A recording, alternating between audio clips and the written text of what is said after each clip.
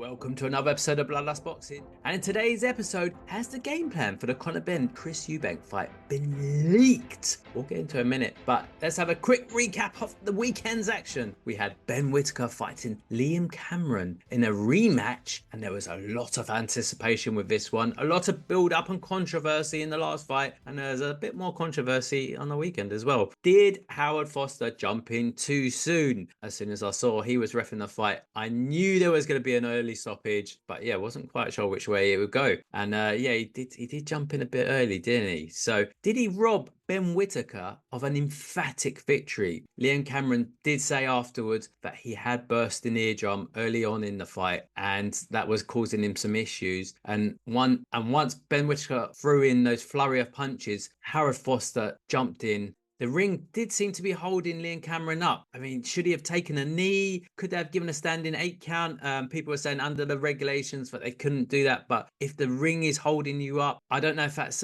something in the rules that allow you to give a standing 8 count. Either way, I personally probably would have given it a couple more punches just to make it clear and obvious that Ben Whittaker had won the fight. And yeah, it's potentially robbed him of a good victory there and just put another cloud over the Ben Whittaker show. But yeah, but what next for Ben Whittaker? Well, there's still a bit of a cloud hanging over him, isn't there? So I'm still a fan. I think he'll go on to do good things. We have a tendency in the UK of building fighters up and then tearing them down. I don't think Ben Whittaker's helped himself with everything that's gone on, but hopefully we can get behind him. Everyone who's worked with him said he's a nice down-to-earth guy, and he's obviously got Andy Lee guiding him now, so hopefully they can get him into some good, meaningful fights and build him up. I'm guessing they're going to try and do it a bit slower than they wanted to originally, and that's probably for the best. And hopefully he can win a few fans back in the next couple of fights. With Liam Cameron, he's got a nice payday out of his fight, which I'm glad to see. He's had his issues in the past. We've all fallen in love with him during this whole debacle with Ben Whittaker, and he'll be a test for anyone coming up in the division. And yeah, it'd be good to see him in some interesting fights, and I'm sure Frank Warren will put him to work soon as he's recovered. Now back to it. Conor Benn takes on Chris Eubank Jr. this weekend in Tottenham in North London in the UK. Not my favourite stadium, being an Arsenal fan, I'll put it out there, but it is a good stadium, to be fair. It's all been newly done and modernised. So as I was saying, has the game plans been leaked for Conor Benn in this fight? And I've been struggling to figure out which way this fight's going to go. I've been looking for clues in the training, in the interviews, to see if I can get an inkling as to the game plans and what will happen in this fight. And yeah, there was an interview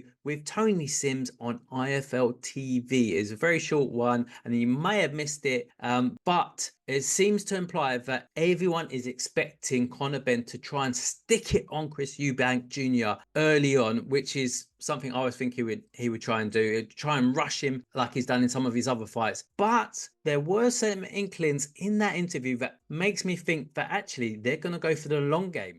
Without giving any part of your game plan away, the first 6 rounds, could they be kind of beneficial and crucial in this fight? I think the media is pumping that up how the fight's going to go, but we've got our own game plan, which I'm not about to reveal. But let people think what they want to think. But Conor's a very smart fighter, very smart. And they're going to push it down to try and get the win late on, maybe a late stoppage or even go for points. We've seen with Chris Eubank Jr. that he does start to fade off in the later rounds. He has a strong start and starts to fade off. We've seen with Kamil Semrameta that Chris Eubank Jr. was able to hurt him early on, but he struggled to put him away. He did eventually get the victory later on. But is the weight cut too much for Chris Eubank Jr.? That's something I've been saying for a long time. He looks like he struggles to make 160. You can see him on those last days when he's getting to the weigh-in, but he's almost like a walking zombie. There was that altercation between him and Conor Benn out in Saudi Arabia where they happened to bump into each other,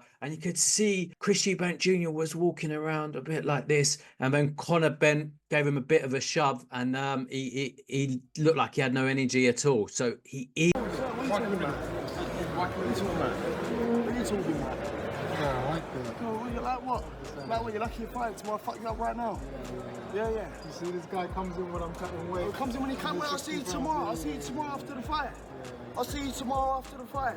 Get in that ring. Yeah, what? Get in that ring. Okay. Yeah, of course. Yeah, of course, mate. You're fucking lucky you're fighting tomorrow. We'll see. You're lucky, mate. We'll see. Get on with me. No, it's okay, man. Come close, man. I like this. I like this energy. I like this energy. Yeah, what you like? Yeah, you're a kid. You're a kid. He's struggling to make that 160 weight. We know Eddie Hearn has been pushing it out there, that he's been making it for his last couple of fights, but I think it is a struggle. He needs to go up in weight, and I'm filming this late on, and it looks like he's got a lot of weight to cut before the final weigh-in as well. So is that going to play a factor in this fight? And you've got the rehydration clause. So I believe it's a second weigh-in on the day of the fight. Chris Eubank Jr. is not allowed to exceed 10 pounds from that 160 mark. Chris Eubank Jr., he said that when he hits fight day, he's normally 14 pounds over the limit. That's 4 pounds less than he normally is on fight day. And as I said, with his age and the fact that he's struggling to make the weight, I believe this is going to play a part later on in the fight. And that's what Conor Benn and his team are banking on. They're going to try and take him late, get Chris Eubank Jr. when he's at his weakest, and try and either put him away or, as I said, go to points. So since Conor Benn stepped up in weight, he has struggled to put away his last two opponents. I believe he went to points with both of them. It's Peter Dobson and Rodolfo Orozco. Hopefully I said that correctly. Yeah, it looks like the power hasn't necessarily gone up with him as he stepped up in weight. He is still hurting fighters, but he's not as explosive as he is at 147. And some people have been suggesting there's other reasons behind that. But naturally, as you jump up in weight, your power is going to dwindle a little bit. Are they thinking, well, maybe he struggled against those two fighters, this will be even a higher weight at 160? Is it the smart move to go for points? And I think that's what they're going to do. But a fight like this, maybe you learn something from it. Maybe you figure that, hey, maybe I'm not ready to fight at 154 or 160. Because if you're having trouble getting a guy like Orozco out of there, no disrespect to him, but how much trouble are you going to have against some of the more elite in the junior middleweight and middleweight division? You're going to try and play the long game. Looking at Chris Eubank Jr.'s team, they have prepared for an early onslaught, and hopefully they have banked those rounds in there as well, so that Chris Eubank Jr. can go the distance. Something that I think will be key in this fight is the uppercut for Conor Benn. I've been watching the training videos, really great footage on there on the Ring Magazine on the YouTube channel. If you haven't already, go and check it out.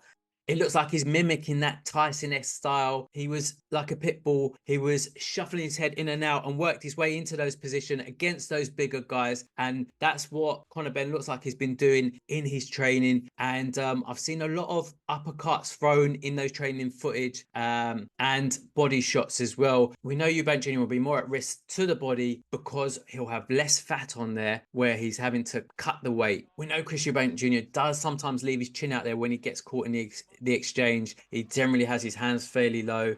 I'm still really struggling to figure out which way this fight's going to go. On paper, it should be a straightforward win for Chris Eubank Jr. because of the size difference. But because of that weight cut, the rehydration clause as well, I think that's going to play a massive factor in this fight, which throws it up in the air. And where you've got Conor Benn, who's got that explosive energy, he looks really switched on. A little bit nervous in the recent interviews. So it's a really hard fight to call which way it's going to go. So I am well and truly on the fence on this one. Me and Baz may do a live watch along, and if we do, then yeah, I'll give you my prediction then on the day. Something I haven't talked about is the undercard. There are some great fights on there. I'm really looking forward to the Chev Clark Vidal Riley one. Chev Clark having to come back from that defeat. He's an Arsenal fan as well. We followed his career. He's in explosive fights, and hopefully he can bounce back with that one. And Vidal Riley is yet to be defeated. He's a Tottenham fan, so you've got Arsenal versus Tottenham on the undercard. You've got Anthony Yard making a return as well, an East London boy. He's fighting Lyndon Arthur in a third fight. I think that'll be a straight walk in the park for Anthony Yard. You've got the return of Liam Smith as well. He's looking for some bigger fights down the line, but he needs to get the win over Aaron McKenna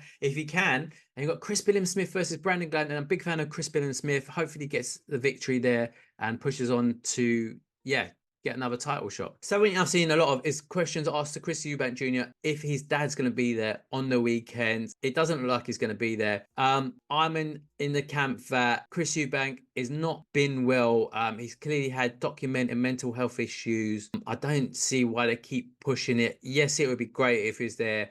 Ben versus Eubank, fathers and son would be great to have him there, but he has had these mental health issues, and it feels like he's getting a little bit exploited with some of the interviews going on. I think just leave him alone, respect his decision not to be there, and let Chris Eubank Jr. get on with his work and get ready for this fight. So yeah, we're almost there now. If you haven't already, hit that like button and subscribe. Cheers.